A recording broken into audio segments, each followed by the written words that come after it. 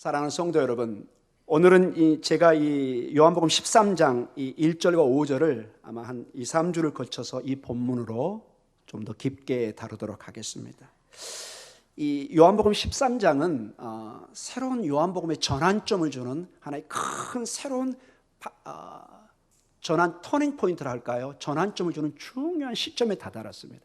이제는 13장부터는 드디어 예수님께서 이제 십자가에 달리는 그 마지막 막바지에 와 있는, 그래서 모든 메시지가 변하기 시작합니다. 모든 그 초점이 변화되기 시작합니다.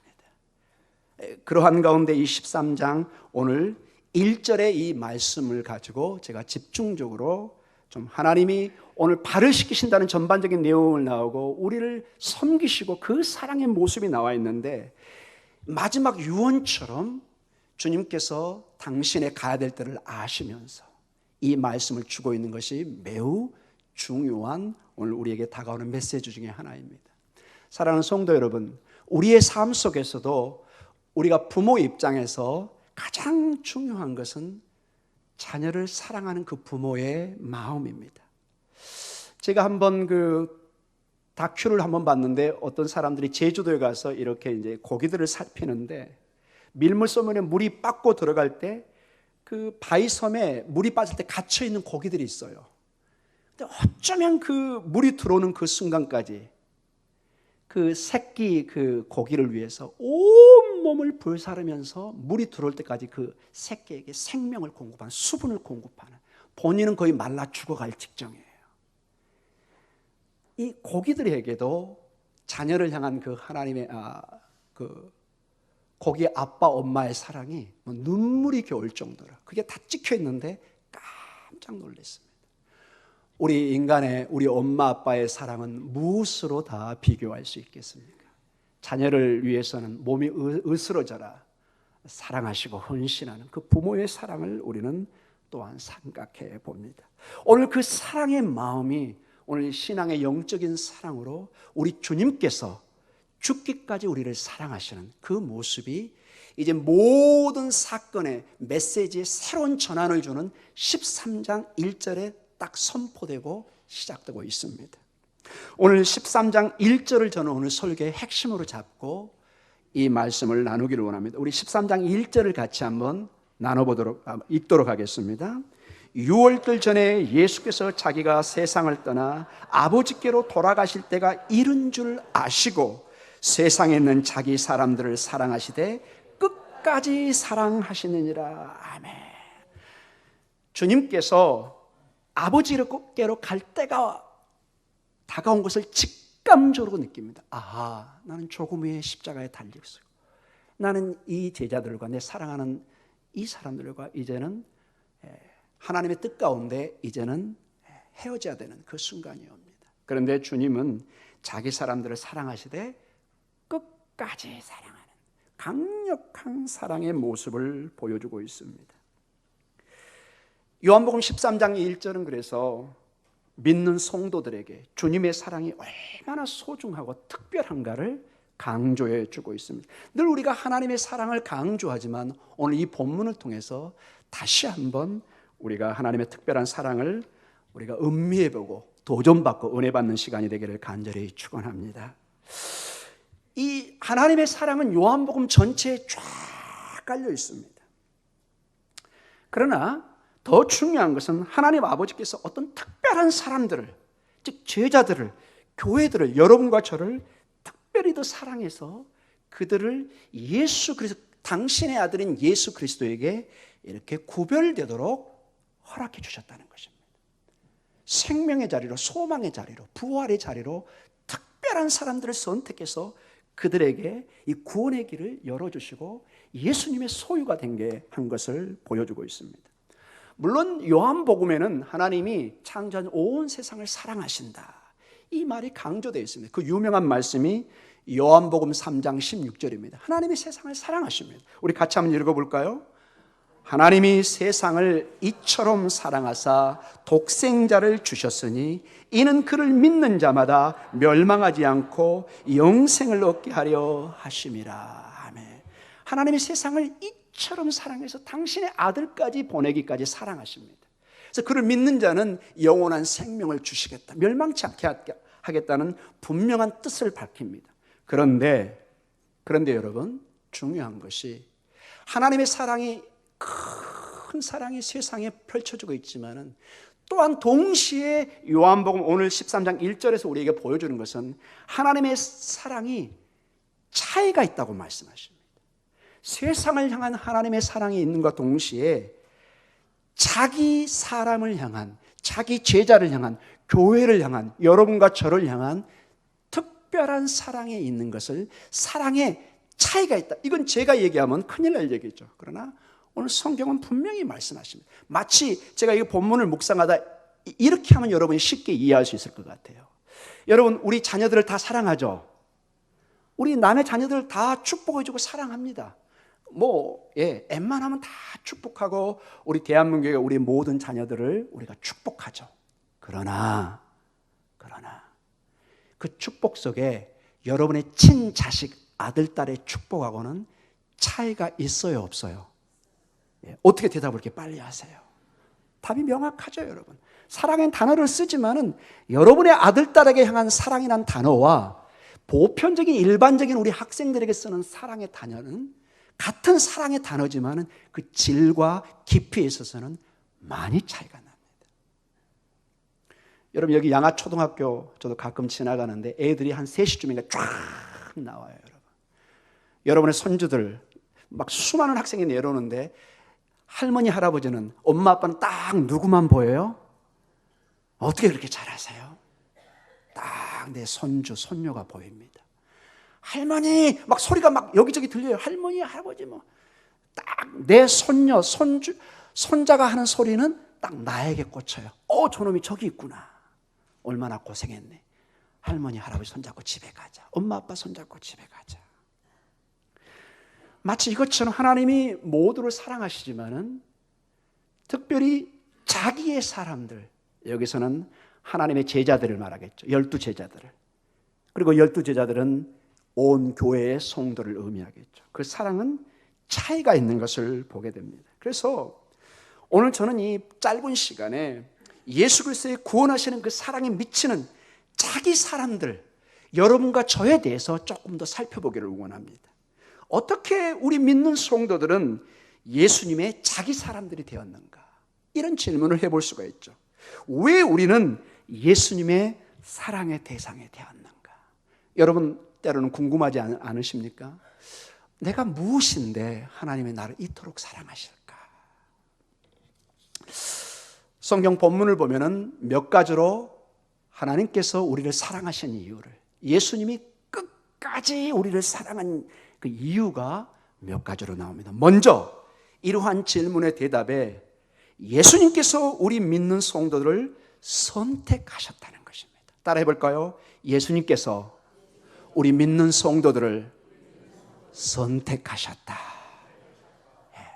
우리의 선택이 아니라 그분이 은혜의 손길을 우리에게 먼저 베푸신 것입니다. 우리는 알지 못합니다. 왜 나를 사랑하는지.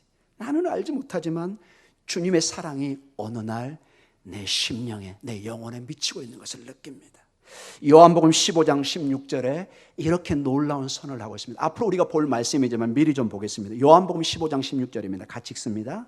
너희가 나를 택한 것이 아니요 내가 너희를 택하여 세웠나니 이는 너희로 가서 열매를 맺게 하고 또 너희 열매가 항상 있게 하여 내 이름으로 아버지께 무엇을 구하든지 다 받게 하려 함이라.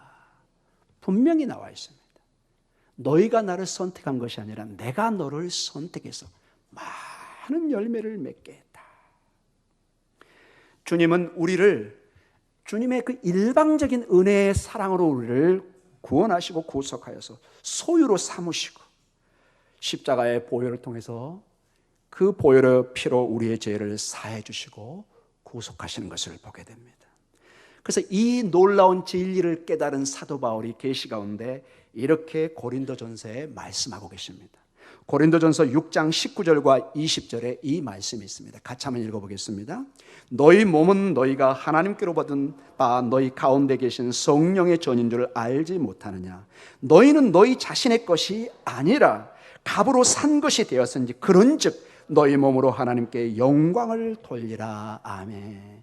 너희 자신은 너희 것이 아니고 값으로 샀습니다. 하나님이 우리를 값으로 사신 것입니다. 여기서 값으로 샀다는 것이 구속이란 단어입니다. 이것은 2000년 당시의 시장 언어입니다. 여러분 가끔 아마 설교에 들어보셨을 것입니다. 2000년 당시는 시장에서 여러 물건을 살 수 있는데 그중에 가장 중요한 물건 중에 하나가 노예들이었습니다. 죄송하게도 노예들은 인간이 아니라 물건이고 소유물이었습니다. 쫙 있고 그 노예의 건강 상태나 나이에 따라서 가격이 매겨집니다. 이 시장 언어를 그대로 가져와서 주님이 어떻게 우리를 사셨는가를 적나라하게 말씀하고 계십니다. 자, 어느 날 어떤 사람이 가서 노예가 필요합니다. 농사나 여러 가지 일 때문에. 그래서 값을 주고 사면은 그 거래가 되면은 그 노예는 산 사람의 완전한 소유가 되는 것입니다. 재산 목록이 되는 것입니다. 그래서 여러분 2000년 당시의 노예를 지금의 윤리적인 접근을 하시면 전혀 이해가 안 됩니다. 그 당시에는 상당수의 노예가 있었습니다. 전쟁을 해서 지면은 대부분이 뭐가 될까요? 내 신분이 노예가 되는 거예요, 여러분. 고관 대작 왕도 노예가 됩니다. 그 중에 아주 교육받은 노예들은 성경에 나오는 몽학생생이라는 게 대부분 그 사람들입니다. 그 똑똑한 노예들을 데려와서 자기 자식을 가르치게 합니다. 이게 성경에 나오는 몽학선생의 주기능입니다. 그것을 성령께서 우리를 가르치시는 그것으로 비유하신 것입니다. 우리를 값진 돈으로, 성경에 보면 이루 헤아릴 수 없는 돈으로 주님이 도저히 우리가 지불할 수 없어서 하나님이 직접 그 값을 지불하시고, 무엇으로 지불했죠? 그 아들의 죽음을 통해서 우리를 사신 것입니다. 사랑하는 성도 여러분, 여러분과 저는 주님의 소유가 된 줄 믿습니다. 그런데 놀랍게도 은혜스러운 것은 대부분의 노예 주인들은 나를 인간 취급하냐고 인격이 없이 막 부려먹고 학대하고 막 노예 그냥 막 부려버립니다.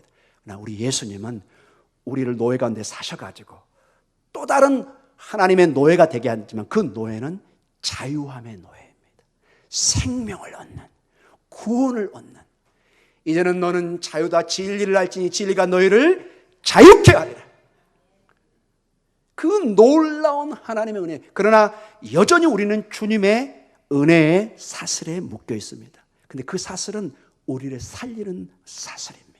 만약에 이것을 사슬로 비유한다면 마치 물고기가 물을 떠나면 죽는 것처럼 우리는 주님을 떠나서는 살 수 없는 그 주님의 그 바운더리, 그 안에, 그 통치 안에 우리는 생명을 누리는 놀라운 소유가 된 것을 여러분 기뻐하시고, 그래서 어떤 분은 이렇게 얘기합니다. 주님, 제가 주님의 노예가 된 것을 저는 너무너무 감사합니다. 왜냐? 주님의 노예가 안 되면 우리는 마귀의 노예가 되는데 마귀는 우리를 죽이고 멸망시킵니다. 주님은 우리를 살리시고 고치시고 회복시키고 생명의 소망의 길로 인도해 주신 줄 믿습니다. 두 번째로 왜 그렇게 예수님이 끝까지 우리를 사랑하시느냐? 그것은 아버지 하나님께서 우리를 예수님의 소유로 삼으셨다는 것입니다.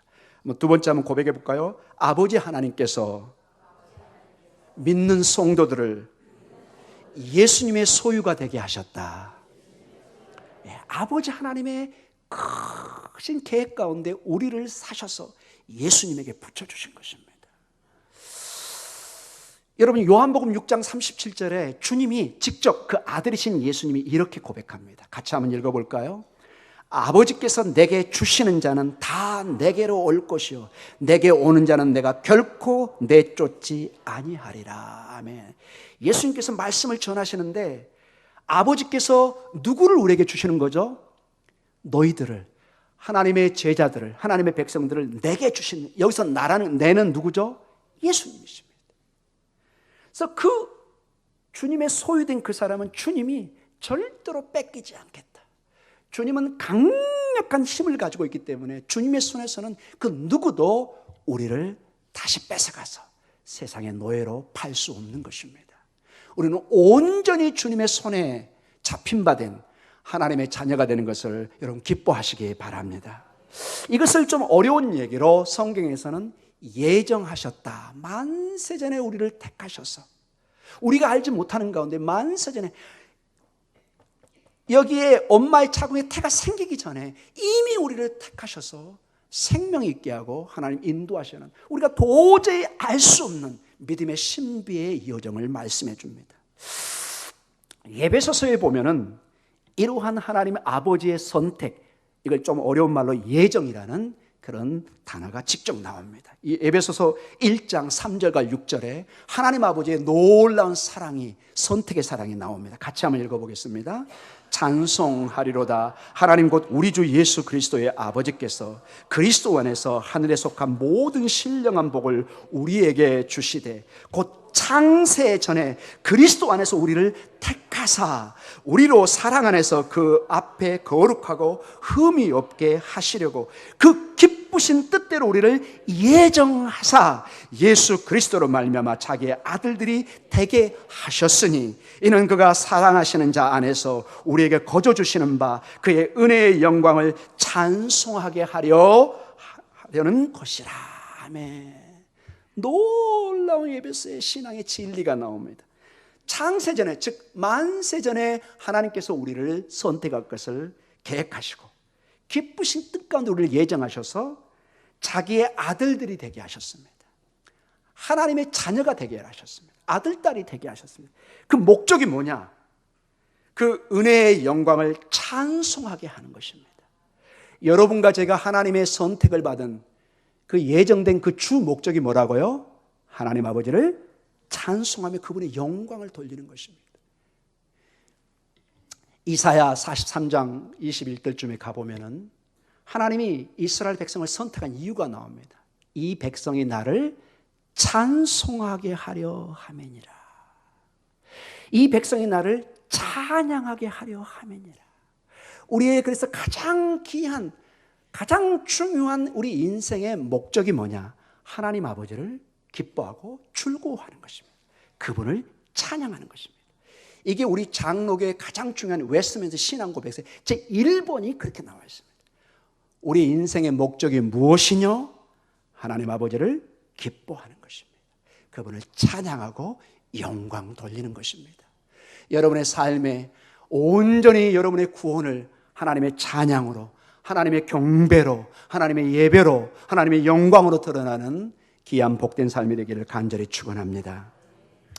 마지막으로 예수 그리스도께서 우리를 사랑하시는, 끝까지 사랑하신 이유는 성령 하나님의 역사 때문에 그렇습니다.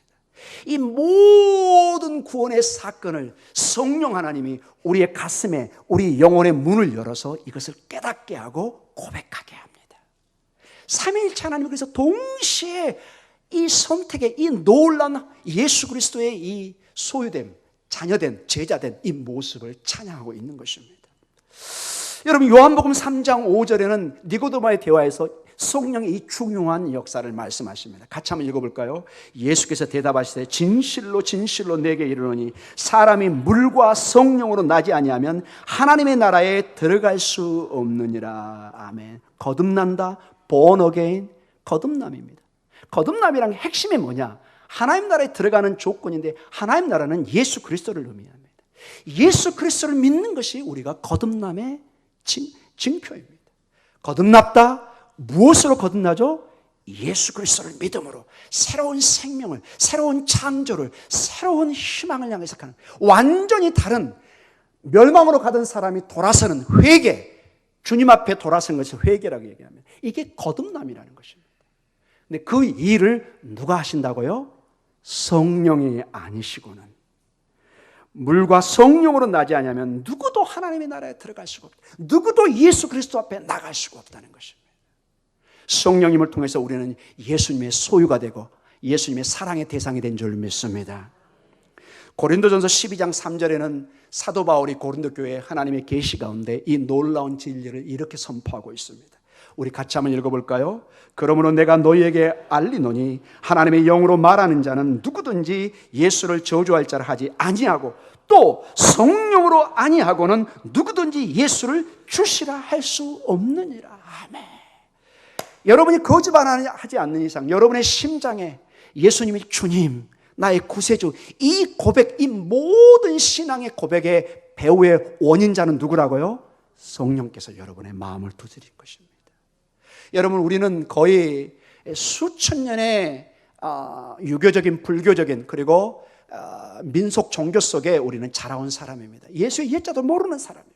겨우 한 130년경에 선교사님 통해서 복음이 들어온, 아주 복음이 늦게 들어와 있습니다. 어떻게 우리가 하나님을 알 수 있을까요? 성령께서 선교사님들을 말씀을 통해서 여러분과 저희들에게 가슴을 두드리면서 예수님이, 하나님이 우리의 창조자시고 예수님이 우리의 구세주인 것을, 성령님이 우리의 돕는 자시고 이 깨닫게 하시는 이 놀라운 역사를 우리에게 문을 여시고 믿게 하시고 인도해 주신 줄 믿습니다. 성령이 아니고서는 교회 나올 수도 없고 예수를 주로 시인할 수도 없고 기도할 수도 없습니다. 저는 가끔 지인들을 만났을 때 믿지 않는, 굉장히 똑똑하고 사회적인 지위가 있는 사람인데 정말로 중요한 곳에 한번 기도의 얘기가 나오는데 깜짝 놀랐습니다. 벌벌벌 떨어요. 기도를 하지 못해. 종교, 한국교회 문제점들, 각종 얘기를 방송에 나온 걸 다 쏟아내요. 한마디로 교회는 타락이고 문제가 많다. 자, 그렇게 많이 알고 계시면은 불쌍한 저를 위해서 기도해 주세요. 그 사람이, 기도는 나는 못해. 왜 나한테 그 얘기를 해? 깜짝하고 정색을 하는 걸 봤습니다. 왜냐? 그리스도의 영이 없으니까 기도를 할 수가 없어요. 기도할 수 있는 사람은 축복된 사람인 줄 믿습니다. 예수의 영이 있는 사람만이 예수의 영으로 기도할 수 있습니다. 이거는 보통 일이 아닙니다. 여러분이 삶과 죽음 앞에 섰을 때 예수의 영이 있는 사람은 전혀 다른 행동을 나타냅니다. 두려움을 물리칩니다. 소망의 빛을 봅니다. 내가 죽음의 임종의 자리에서도 하나님의 소망을 봅니다. 왜냐? 예수의 영이 내 안에 있기 때문에 그렇습니다. 2000년 교회 역사에 수많은 믿음의 사람들이 이 길을 거둬온 것입니다. 결론적으로 말씀을 마치겠습니다. 오늘 이 말씀을 통해서 우리는 깨닫습니다. 그리스도의 사랑이 얼마나 놀라운가. 근데 여러분 가만히 봐보세요. 세상에 있는 자기 사람들을 사랑하시되 끝까지 사랑하신다. 여기 세상에 있는 자기 사람들, 여기는 일단은 12제자라고 볼 수 있죠, 여러분. 근데 여러분 이제 결론적으로 한번 살펴보십시오. 우리가 다음 주도 살펴보겠지만 이 12제자들을, 그리고 여러분과 저를 한번 비춰보시기 바랍니다. 여러분, 이 12제자들은 어떤 모습을 보이나요? 이제 곧 주님께서 십자가에 달리기 전에 겟세마네 동산과 그리고 십자가에 달리는데 제자들은 어떠죠? 콜콜 자기 시작합니다. 변덕스럽습니다. 고집이 셉니다. 믿음이 없고 예수님을 배반하고 저주하고 도망가고 누구 하나 제대로 서 있지 못합니다. 예수님이 그걸 아실까요? 모를까요? 알고 있는데도 사랑하신다는 표현을 했습니다. 제가 다음 주에 얘기를 미리 하면 여러분이 좀 설교할 게 없어서 그러긴 한데, 여러분 그 12제자 중에 누구도 포함되어 있어요? 가룟 유다도 있습니다. 근데 여기 사랑하실 때 끝까지 사랑한다 이 말이 여러분 가룟 유다를 배제시켰을까요? 아닙니다. 사랑하십니다. 제가 이 본문을 보다가 이게 해결이 안 돼요. 어떻게 이런 사랑이 있을 수 있을까? 역시 제가 늘 얘기하는 그 부모의 사랑으로 보니까 좀 이해가 돼요. 여러분 부모는 자식이 12 있어도 다 챙기려고 몸부림칩니다. 누구 하나 버리지 않습니다. 여러분 우리 부모님들 한번 생각해 보세요. 자녀들이 자라면서 여러분 농사 중에 제일 어려운 농사가 뭐죠? 어떻게 바로 그렇게 대답이 나오십니까? 어렵습니다. 그냥 순조롭게 쫙 성장하는 자녀가 있으면 좋겠지만 사춘기와 이런 통해서 정말 몸부림치는 자녀들이 있을 수 있습니다. 심지어는 어떤 자녀들은 좀 세상에 가서 좀 손가락질 당하고 방송에도 나올 수 있고 각종 문제거리가 될 수 있습니다. 막 사람들이 손가락질합니다. 문제의 아들, 문제의 딸, 나쁜 놈, 각종 소리를 합니다. 이 소리가 들릴 때 밤마다 눈물을 흘리면서 몸부림치는 사람이 있습니다. 누굴까요? 어떻게 그렇게 빨리 대답이 나오십니까? 부모는 절대로 함께 손가락질 못합니다. 그 모든 손가락질을 내가 받았으면 합니다. 그게 부모의 사랑이라는 것입니다. 여러분 그 부모의 사랑과 이 예수님의 사랑을 한 번만 한번 겹쳐서 생각해 보십시오. 주님이 바로 부모가 그 자녀를 사랑하는 마음처럼 지금 이 제자들을 끝까지 품에 안고 있다는 것을 잊지 마시기 바랍니다. 주님은 뻔히 압니다. 이들이 얼마나 연약하고 결점과 연약함이 많은지.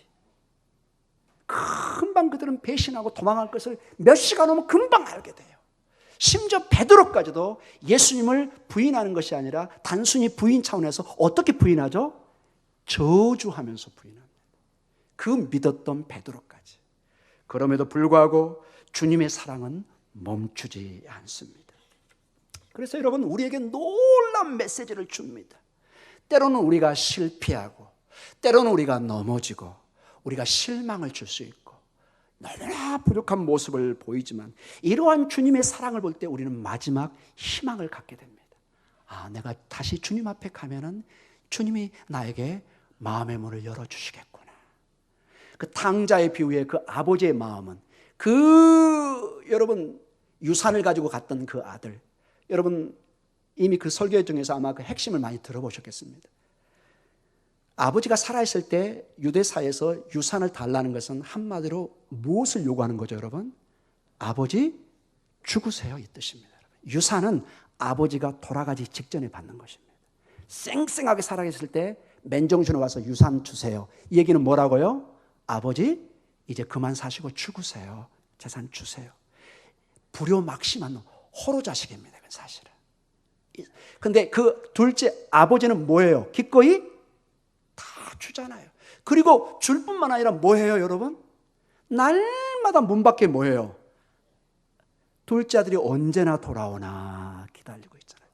이게 하나님 아버지의 마음이라는 것입니다. 비록 연약한 보이지만 내 자식이기 때문에, 내 딸이기 때문에 부모의 사랑은 끝이 없는 것입니다.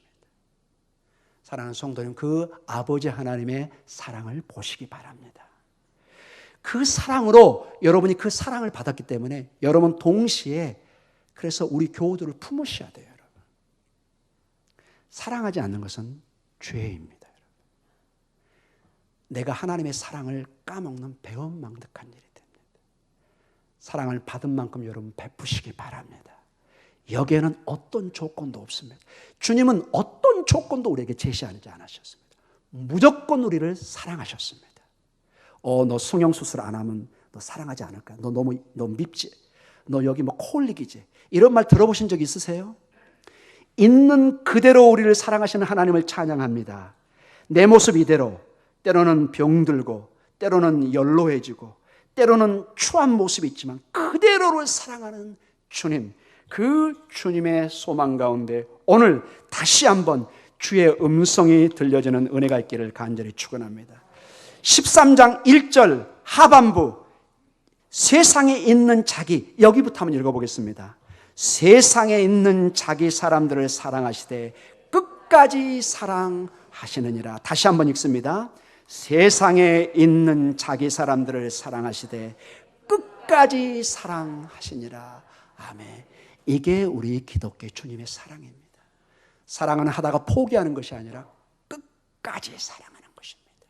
여러분이 사랑할 때 이 사랑을 입은 자의 징표를 드러내는 것입니다. 부디 사랑의 충만한 삶을 통해서 여러분이 사랑의 통로가 되시고 하나님의 축복의 통로가 되시고 놀란 희망의 통로가 되시는 여러분 되시기를 주님의 이름으로 간절히 축원합니다. 기도하겠습니다.